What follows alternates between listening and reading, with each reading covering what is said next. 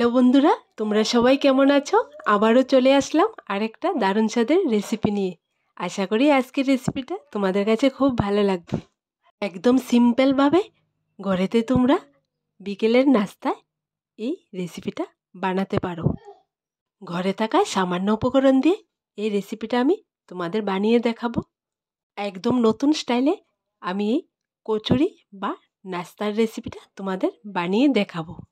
ডালের কচুরি আমরা খেয়েছি, আমি জানি না তোমরা কখনো চিড়ে দিয়ে কচুরি খেয়েছো কি।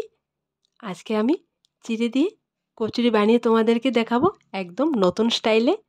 এই দারুণ স্বাদের কচুরির রেসিপিটা তোমরা বাড়িতে যদি বিকেলবেলায় টিফিনে বানিয়ে খাও, চায়ের সাথে খুব ভালো লাগবে। তাহলে চলো নাস্তার রেসিপিটা শুরু করা যাক। প্রথমে আমি নিয়ে নিলাম 1 কাপ আটা। তোমরা চাইলে ময়দা দিয়েও এই নাস্তার রেসিপিটা বানাতে পারো। এরপর আমি দিয়ে দিলাম স্বাদ মতন লবণ। লবণটা দেওয়ার পর একটু একটু পানি দিয়ে আমি রুটি তৈরি করলে আমরা যেরকম ড্র তৈরি করে নিই, ঠিক এরকম একটা ড্র তৈরি করে নেব। আর এখানে আটার ড্রটা যখন রেডি করব, এর মধ্যে দিয়ে দেব সামান্য পরিমাণ ভাজা জিরে। এখানে আমি গোটা জিরেটা দিয়েছি, তোমরাও গোটা জিরেটা দিয়ে এই নাস্তা বা কচুরিটা রেডি করবে। তাহলে দেখবে যখন খাবে দারুণ টেস্ট লাগবে। দেখো বন্ধুরা, গোটা জিরেটা দিয়ে আমি ভালো করে আটার ডোটা রেডি করে নিলাম। এবার ঢাকনা দিয়ে রেখে দেব। রেখে চিড়েগুলো ধুয়ে পরিষ্কার করে নেব। এখানে আমি 1 কাপ চিড়ে নিয়েছি, কারণ চিড়ে যখন ভিজানো হয় তখন ফুলে অনেকটা হয়ে যায়, তাই আমি ছোটো কাপে 1 কাপ চিড়ে নিয়েছি। দেখো চিড়েটা এবার আমি ধুয়ে পরিষ্কার করে নেব। এখানে চিড়েটা ভিজে রাখতে হবে না। চিড়েটার মধ্যে পানি দিয়ে নেড়ে চেড়ে আমি সুন্দর করে ধুয়ে পরিষ্কার করে পানিটা ছেঁকে নিলাম। তোমরা ঠিক এরকম করে করলে হবে, কারণ চিড়ে বেশিক্ষণ ভিজিয়ে রাখতে হয় না। চিড়ের মধ্যে এমনিতে পানি দিলে চিড়েটা একদম নরম হয়ে যায়। দেখো বন্ধুরা, পানি ঝরা চিড়েটা আমি এবার একটা প্লেটের মধ্যে নিয়ে নিলাম আর হাত দিয়ে একটুখানি মাখিয়ে ম্যাশ করে নিলাম। এখানে বেশি পরিমাণে ম্যাশ করতে হবে না, সামান্য পরিমাণ করলে হবে। আর এখানে নিয়ে নিলাম একটা টমেটো কুচি, 4-5টা লঙ্কা কুচি আর একটা পেঁয়াজ কুচি। এবার আমি পুরটাকে রেডি করার জন্য চুলোতে একটা প্যান বসিয়ে দিলাম। প্যানটা গরম হয়ে গেছে, দিয়ে দিলাম সামান্য পরিমাণ তেল। তেলটা দেওয়ার পর তেলের উপর দিয়ে দিলাম কুচানো টমেটো, পেঁয়াজ আর লঙ্কা দিয়ে হালকা নেড়ে নেব। দেখো বন্ধুরা, এখানে পেঁয়াজ আর টমেটোকে আমি এতটাই ছোটো করে কুচি করেছি যাতে করে তেলের উপর দেওয়ার পর কিছুক্ষণে একদম গলে যায়। এরপর দিয়ে দিলাম স্বাদ মতন লবণ, 1 চামচ ধনের গুঁড়ো, 1 চামচ শুকনো লঙ্কার গুঁড়ো। শুকনো লঙ্কার গুঁড়োটা আমি 1 চামচ দিয়েছি, কারণ কাঁচা লঙ্কাটা বিশাল ঝাল, তাই আমি শুকনো লঙ্কার গুঁড়োটা কম দিয়েছি। দেখো বন্ধুরা, সবগুলা মশলাই দেয়া হয়ে গেছে। এবার মশলাটা ভালো করে কষিয়ে নেব। তোমাদেরকে বলি বন্ধুরা, তোমরা এখানে টমেটোটা না দিয়ে টমেটো কেচাপটা দিও এই কচুরিটা বানিয়ে নিতে পারো। দেখো বন্ধুরা, মশলাটা একদমই রেডি। এবার আমি দিয়ে দিলাম পানি ঝরিয়ে রাখা চিড়েগুলো দিয়ে ভালো করে মিক্সড করে নেব, যাতে করে চিড়ের সঙ্গে মশলাটা ভালো করে মিক্সড হয়ে যায়। দেখো বন্ধুরা, কচুরি বানানোর জন্য পুরটা একদমই রেডি।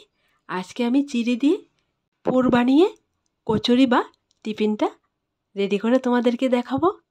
এবার নিয়ে নিলাম ডোটাকে আমি লিচি কেটে নেব ছোটো ছোটো করে। দেখো বন্ধুরা, ডো থেকে আমি একদম সমানভাবে লিচিটা কেটে নিলাম। আর একটা লিচি হাতে নেব আর আঙ্গুল দিয়ে চেপে চেপে রুটির মতো করে নেব। তোমরা চাইলে এই কাজটা বেলেও করতে পারো। আমি এখানে বেলে করিনি, 2 হাতের আঙ্গুল দিয়ে চেপে চেপে দেখো করে নিলাম। আর পুর থেকে সামান্য পরিমাণ পুর একটা চামচ দিয়ে মাঝখানে রেখে চারপাশ এক করে মুখটা বন্ধ করে নেব। আর হাত দিয়ে প্রথমে গোল করে নেব, তারপর আঙ্গুল দিয়ে চেপে চেপে রুটির মতো করে নেব। এখানে দেখো আমি যেমন করে করেছি ঠিক তোমরা এরকম করে করে নেবে। একবার সামনের পাশ একবার ও পাশ এরকম করে যদি করো তাহলে দেখবে ভেতরের পোরটা একদম বের হবে না। আস্তে আস্তে আঙ্গুল দিয়ে চেপে চেপে করে নিতে হবে।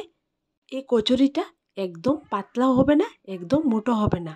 দেখো বন্ধুরা আমি কেমন করে করেছি, না মোটা না পাতলা, ঠিক তোমরা এরকম করে করবে।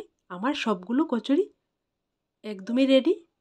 যে ভাজা জিরেটা আমি ড্রয়ের সাথে দিয়েছিলাম দেখো উপর দিয়ে একটু একটু দেখা যাচ্ছে কালো কালো। এরপর আমি নিয়ে নিলাম এখানে সামান্য পরিমাণ সাদা তিল। সাদা তিল দিয়ে কচুরির এক পাশ গার্নিশ করে নেব। ঠিক এরকম 2 আঙ্গুলে তুলে কিছুটা পরিমাণ তিল নিয়ে একটা প্লেটের মধ্যে দিয়ে হালকা প্রেস করে লাগিয়ে নিলে হয়ে যাবে। আমি এখানে তিলগুলো কচুরির এক পাশে লাগিয়েছি, তোমরা যদি চাও তাহলে 2 পাশে লাগাতে পারো। আর তোমরা যদি চাও যে তিলটা দেবে না তাও পারো।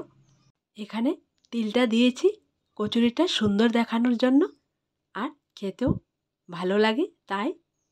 ঠিক একই রকম করে আমি সবগুলো কচুরির মধ্যে তেলটা লাগিয়ে নিলাম।